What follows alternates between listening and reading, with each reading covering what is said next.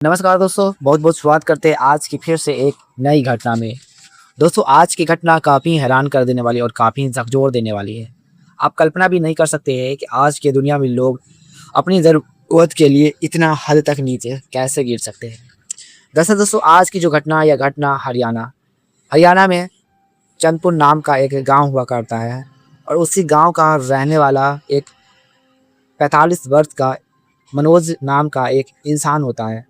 मनोज अक्सर काम के सिलसिले में वो गुजरात किसी फैक्ट्री में रहकर वो महीने में 8 से 10 हज़ार रुपये कमा लिया करता था। मनोज के घर में उसके एक पिताजी रहते हैं, वो अक्सर बीमार ही रहा करता था। मनोज के पिताजी के किसी लंबी बीमारी कारण उनकी मौत हो जाती है। मौत हो जाने के बाद मनोज अपना बाहरी काम गुजरात करते थे, उसे छोड़ना पड़ता है और अपने वो घर आकर आसपास के ही काम में वो लग जाता है और इस तरह से दिन समय सब कुछ गुजरता रहता है। मनोज के पिता के जाने के बाद उनके घर में चिंताएं काफ़ी सताने लगती है, क्योंकि मनोज का एक तो पैसा का दिक्कत, दूसरी ओर उनकी घर की स्थिति भी काफ़ी ही दयनीय रहती है। आसपास वो लेबर मजदूरी का काम करता था, जिससे उसके घर अच्छा खासा नहीं चल पाता था। उनके घर में सिर्फ मनोज ही रहा करता था, उनके कोई दूसरा इंसान नहीं था, क्योंकि मनोज की माँ बचपन में ही गुजर जाती है और इस तरह से दिन समय सब कुछ गुजरता रहता है। मनोज की जिम्मेवारियाँ और भी ज़्यादा सताने लगती है, क्योंकि उनके घर में उनका दो बहन होती है, छोटी बहन। उनकी शादी को लेकर मनोज की चिंता काफ़ी सताने लगती है और इस तरह से वो किसी भी तरह से पैसे कमाने की कोशिश करते हैं, लेकिन उतना पैसा नहीं कमा पाते हैं। जैसे-जैसे करके अपनी बहन को शादी तो वो कर देते हैं, लेकिन उनके घर में कोई खाना बनाने वाला, घर का काम-काज करने वाला कोई नहीं रहते हैं और इस तरह से मनोज अपनी घर की ज़िम्मेवारी स्थिति को देखते हुए उन्होंने पास के ही गाँव से एक दिव्या नाम की लड़की से वो शादी कर लेती है। शादी करने के बाद उसका सब कुछ अच्छा खासा चलता रहता है। लेकिन दोस्तों, किस्मत का कुछ और ही मंज़ूर था। मनोज ने कभी सपनों में नहीं सोचा था, आने वाले समय में मेरे साथ इतना बड़ा हादसा हो सकता है। दोस्तों, यहाँ पर मनोज की शादी का लगभग 2 से 3 साल गुजर जाते हैं, ना ही उनका कोई संतान होता है, जिससे मनोज की पत्नी दिव्या और मनोज काफ़ी परेशान हो जाती है। वो अक्सर डॉक्टर के पास जाया करते थे, लेकिन हार हार के वो डॉक्टर भी उसके सामने उसका जवाब नहीं दे पाते हैं। लेकिन आने वाले समय में मनोज और दिव्या अपने एक दूसरे को लेकर काफ़ी परेशान हो जाते हैं। उन्होंने फैसला लेता है कि मनोज फिर से कोई दूसरी शादी करे। इसको लेकर दिव्या मान जाती है, क्योंकि दिव्या का कोई संतान नहीं हो रहा था। उनके आस-पड़ोस के लोग काफ़ी ताने मारते थे, जिससे दिव्या को रहा नहीं जाता। दिव्या चाहती कि मेरे घर में किसी भी तरह से कोई औलाद हो तो मेरे गाँव के लोगों की बोलती बंद हो जाए और इस तरह से दिव्या अपने पति को शादी को लेकर राज़ी कर देते हैं और मनोज फिर से एक कोमल नाम की लड़की से वो शादी कर लेते हैं। शादी कर लेने के बाद दोनों पति-पत्नियाँ काफ़ी खुशी से रहने लगते हैं, उनकी ज़िंदगी काफ़ी अच्छा चलने लगता है। दरअसल यहाँ पर मनोज ने दूसरी शादी करते हैं कोमल से, तो उनके घर में तरक्की काफ़ी अच्छा हद तक गुजरने लगता है और अगले शादी के कुछ दिन बाद उनके घर में एक बेटी जन्म लेती है। बेटी जन्म लेने के बाद यहाँ पर दोस्तों मनोज और उसके पत्नी कोमल घर में पहली संतान को लेकर उन्होंने भगवान से मन्नत रखी थी और इस मन्नत को पूरा करने के लिए वो लोग तीर्थ यात्रा पर निकल जाते हैं, लेकिन किस्मत का कुछ और ही मंजूर रहता है और इस तरह से दोस्तों यहाँ पर मनोज तीर्थ यात्रा पर निकलते हैं, लेकिन वो घर वापस नहीं आ पाते हैं। उसकी पत्नी सिर्फ अकेले घर पर आती है। दूसरी पत्नी यहाँ पर दिव्या देखती है, तो वो कोमल से बातचीत करते हैं कि मनोज कहाँ है। दिव्या काफ़ी रो रही थी, गिड़गिड़ा रही थी। वो अपने दिव्या को क्या जवाब देती कोमल और इस तरह से दोस्तों दिव्या काफ़ी परेशान हो जाती है। उसके बाद दोस्तों मनोज की जो घटना होता है, जिसे सुनने के बाद दिव्या की पैरों तले ज़मीन खिसक जाती है और इस तरह से दोस्तों दिन समय सब कुछ गुजरता रहता है। दोनों दिव्या और कोमल अपने आप को काफ़ी टूट जाते हैं। लगभग पति के साल भर गुजर जाते हैं। पति के जाने के बाद दिव्या के पास पैसे इकट्ठा होते हैं। उन पैसों से दिव्या एक छोटा-सा दुकान खोलती है, एक मार्केट खोलती है। मार्केट खोलने के बाद दिव्या अपने छोटी-सी बच्ची को पढ़ाने के लिए, उसके भविष्य को लेकर वो दिन-रात एक करके मेहनत करते हैं, पैसे कमाती है और इस तरह से 10 दिन समय सब कुछ गुजरता रहता है। दिव्या अपने आप को काफ़ी होशियार और तेज़ औरत रहती है। अपने बिज़नेस को बढ़ाने के लिए वो काफ़ी तरकीब लगाती है। उनके पैसे इतना अच्छा खासा कमाई होने लगता है, जिससे उन पैसों से वो अपने बिज़नेस को काफ़ी हद तक आगे बढ़ा लेती है। वो मार्केट भी खोल देती है और इस तरह से दिव्या को खुद का दुकान सँभाला नहीं जाता था। तभी वो अपनी दुकान को सँभालने के लिए 2-2 नौकर, राजू और मुंशी नाम के 2 नौकर, जिसका उम्र लगभग 20 से 25 वर्ष के बीच में रहते हैं। दोनों को अपनी दुकान पर एज अ नौकर के तौर पर रख लेते हैं।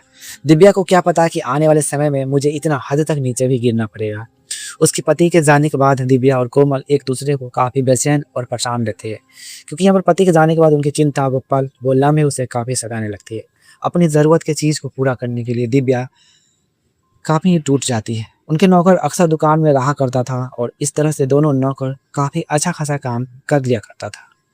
एक दिन उसके नौकर को दिव्या और कोमल की तरफ से जो पगार मिलती थी, जिससे वो नौकर संतुष्ट नहीं हो पाते थे। और इस तरह से दोस्तों एक दिन वो दोनों नौकर दिव्या को और कोमल को कहते हैं, मेम साहब, इन पैसों से मेरा घर नहीं चलने वाला। मेरे घर में काफ़ी लोग मेरे ही ऊपर डिपेंड है। मेरे पैसे से लोगों की मेरे घर में चूल्हे जलते हैं, मेरे घर का खर्च मेरे ही पैसे से चलते हैं। मेरे परिवार काफ़ी बड़ा परिवार है और इस तरह से तुम इतने पैसे दोगे तो मेरा घर कैसे चलेगा।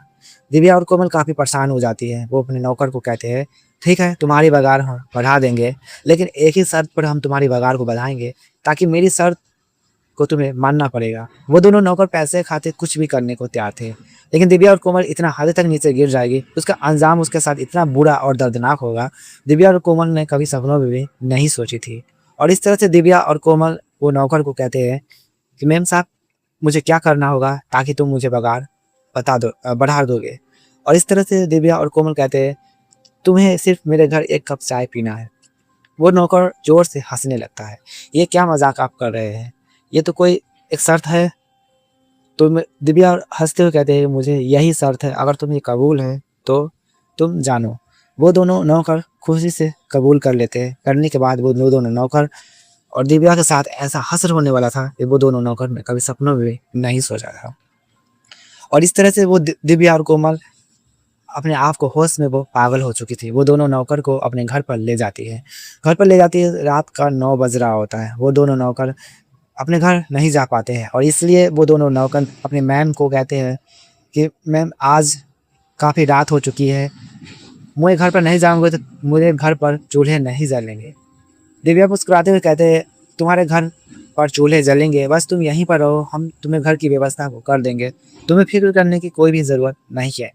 और इस तरह से दिव्या उस नौकर को झांसे में फंसाकर अपने घर पर ही रोक लेती है। रोक लेने के बाद कोमल और दिव्या अपने किचन से कई पदार्थ की वो खाने बनाती है। बनाने के बाद वो नौकर को पेट भर के खिलाती है, लेकिन उस खाने में ऐसे पदार्थ को मिला देते हैं जिससे नौकर दोनों की होश और हवास उड़ जाते हैं। और इस तरह से लगभग रात का 11 बज रहा होता है। दिव्या अपने कमरे में सोने के लिए चली जाती थी। दोनों एक ही कमरे में सोते थे और लगभग रात का 11 बजता है। दिव्या और कोमल को पता चल चुका था कि दोनों नौकर ज़रूर मेरे कमरे में आएंगे। और ठीक दोस्तों वैसा ही होता है। वो दोनों नौकर दिव्या के कमरे की ओर जाने लगते हैं। दिव्या मौका का फ़ायदा उठाने के लिए उस दिन अपने दरवाजे को नहीं बंद करती है, अपने दरवाजे को लॉक नहीं करते हैं, जिससे नौकर दोनों अंदर प्रवेश कर जाते हैं। दिव्या की इस बदन को देखकर वो दोनों नौकर काफ़ी पागल हो जाते हैं और मन ही मन दोनों नौकर काफ़ी सोचने लगते हैं, ये मेम साहब कितनी सुंदर और कितनी हॉट है। और यह तमाम चीज़ को लेकर दोस्तों वो दोनों नौकर दिव्या पर टूट पड़ते हैं। और इस तरह से दिव्या पर जैसे ही टूट पड़ते हैं, दिव्या और कोमल को दोनों को काफ़ी अच्छा, हद तक काफ़ी अच्छा लगने लगता है। और इस तरह से इस अच्छाई को लगभग वो दोनों 2 घंटे तक बढ़ा देते हैं। 2 घंटे के बाद दोस्तों वो दोनों नौकर अपने अनहोनी पदार्थ को दिव्या के फेस पर करने लगते हैं। तभी दिव्या और कोमल को काफ़ी अच्छा लगने लगता है और इस तरह से इस अच्छा का अंजाम दिव्या के लिए आने वाले समय में काफ़ी ही एक तरह से बहुत ही बुरा प्रभाव पड़ने वाला था। दिव्या को काफ़ी अच्छा लग रहा था, लेकिन यह सिलसिला लगभग महीनों तक दोस्तों गुजरता रहता है। जब जब वो दोनों नौकर शॉप पर आते हैं, तब तक वो दिव्या के घर पर वो चला जाता था। और इस तरह से वो दोनों नौकर अपने घर पर लोगों को कहते हैं कि हम मेम साहब के ही घर पर रुक जाते हैं। वो दोनों नौकर के घर वाले काफ़ी खुश हो जाते हैं क्योंकि उनके खर्च भी बच जाते थे। लेकिन वो दोनों राजू और कोमल क्या कर रहे हैं उनके घर वालों को कुछ भी पता नहीं चलता है। और इस तरह से दोस्तों यह रवैया लगभग महीनों तक गुजर जाता है। दिव्या अपनी ज़रूरत के लिए वो नौकर को अपने घर पर ही रख लेती थी और इस तरह से दिन समय सब कुछ गुजरता रहता है। लेकिन आने वाले समय में दिव्या और कोमल को ये नहीं पता जो हम कर रहे हैं ये बहुत ही बड़ा और बहुत ही खतरनाक काम है। दोस्तों यह सिलसिला लगभग कुछ महीने तक गुजरता है। दिव्या इसका शिकार हो जाती है और दिव्या और कोमल की दिन पर दिन तबीयत बिगड़ने लगती है। एक दिन ऐसी तबीयत बिगड़ जाती है कि दिव्या और कोमल अपने आप को संभाल नहीं पाती है और इस तरह से वो दोनों नौकर दिव्या और कोमल को छोड़कर वहाँ से भाग जाते हैं। भाग जाने के बाद दिव्या और कोमल काफ़ी ही वहाँ पर तड़पने लगती है, परेशान हो जाती है। और इस तरह से दोस्तों दिव्या को देखने वाला कोई भी नहीं रहता है दूसरा इंसान, और दिव्या और कोमल को दोस्तों इस बीमारी का शिकार हो जाती है। बीमारी का शिकार हो जाने के बाद दिव्या और कोमल को वहीं पर मौत हो जाती है। मौत हो जाने के बाद दोस्तों यहाँ पर वो दोनों नौकर दिव्या की दुकान पर काम किया करते थे। दिव्या और कोमल की दुकान लगभग कुछ दिन तक बंद रहा करता था, जिससे वहाँ के कस्टमर दिव्या की दुकान नहीं खुलने की वजह से उनके घर पर कुछ कस्टमर जाते हैं। जाने के बाद दक्षिण दिव्या के दरवाजे पर नज़र डालते हैं, उनके घर के आसपास नज़र डालते हैं, दरवाजे अंदर से लॉक रहते हैं। लगभग दोस्तों दिव्या और कोमल की जो बॉडी पड़ी हुई थी, लगभग दोनों बॉडी का 5 से 6 दिन गुजर चुका था। काफ़ी अजीब तरह की सुगंध दिव्या के कमरे से कोमल के कमरे से आया करता था, जिससे वहाँ के आस-पड़ोस के लोग भी काफ़ी परेशान होती थी, और ख़ासकर उसके दुकान के लोगों को भी परेशान होती थी। कुछ लोग काफ़ी परेशान रहते हैं इस घटना को स्थल को अंजाम देने के लिए। कुछ लोग मौके वारदात पर पुलिस वालों को बुला लेते हैं। जैसे ही पुलिस वाले दिव्या के घर पर पहुँचते हैं, दिव्या के घर पर पहुँचने के बाद दिव्या को कोमल को आवाज़ें लगाते हैं, अंदर से कोई रिस्पॉन्स नहीं आती है। रिस्पॉन्स नहीं आती है तो पुलिस वाले मौके वारदात उसके घर में ज़बरदस्ती अंदर पहुँचने की कोशिश करते हैं। जैसे ही पुलिस वाले अंदर पहुँचने की कोशिश करते हैं तो पुलिस वाले की आँखें फटी की फटी रहती है। 5 से 6 दिन की बॉडी को देखकर पुलिस वाले के पैरों तले ज़मीन खिसक जाती है, और यह चीज़ को लेकर दोनों बॉडी को पोस्टमार्टम के लिए भेज देते हैं। पोस्टमार्टम रिपोर्ट का इंतजार किया जाता है। जैसे ही कोई पोस्टमार्टम रिपोर्ट आती है निकल कर, उस पुलिस वाला को दिल दहला देता है कि भला ये काम करने से लोगों की जानें भी चली जा सकती है। और इस तरह से उस पोस्टमार्टम रिपोर्ट में, मेडिकल रिपोर्ट में रिपोर्ट जैसे ही आती है, राजू और कोमल की रिपोर्ट आती है, और इस तरह से दोस्तों वो दोनों नौकर को पुलिस वाले हिरासत में ले लेते हैं। और हिरासत में ले लेने के बाद उस पर चार्जशीट मुकदमा दर्ज करते हैं। उसे हमेशा हमेशा के लिए सलाखों के पीछे भेज देते हैं। दोस्तों यहाँ पर कोमल को सलाखों के पीछे भेजना चाहिए था या नहीं भेजना चाहिए था, कमेंट बॉक्स में ज़रूर बताएं। और दिव्या और कोमल के साथ ये सही हुआ या गलत हुआ, कमेंट बॉक्स में ज़रूर बताएं। और आज की कहानी से किसी को दिल दुखाना, मेरा ठेस पहुँचाना कोई उम्मीद नहीं है। बस आप सबको जागरूक करना है कि आज की दुनिया में लोग पैसे के लिए कितना हद तक नीचे गिर जाते हैं, और अपनी ज़रूरत के लिए इतना हद तक भी नीचे गिर जाते हैं। राजू और कोमल दोनों नौकर पैसे खातिर वो इतना हद तक नीचे गिर दिया कि वो अपने मान मर्यादा को भी भूल गया। तो चलिए मिलते हैं आने वाले कोई और एपिसोड में, तब तक के लिए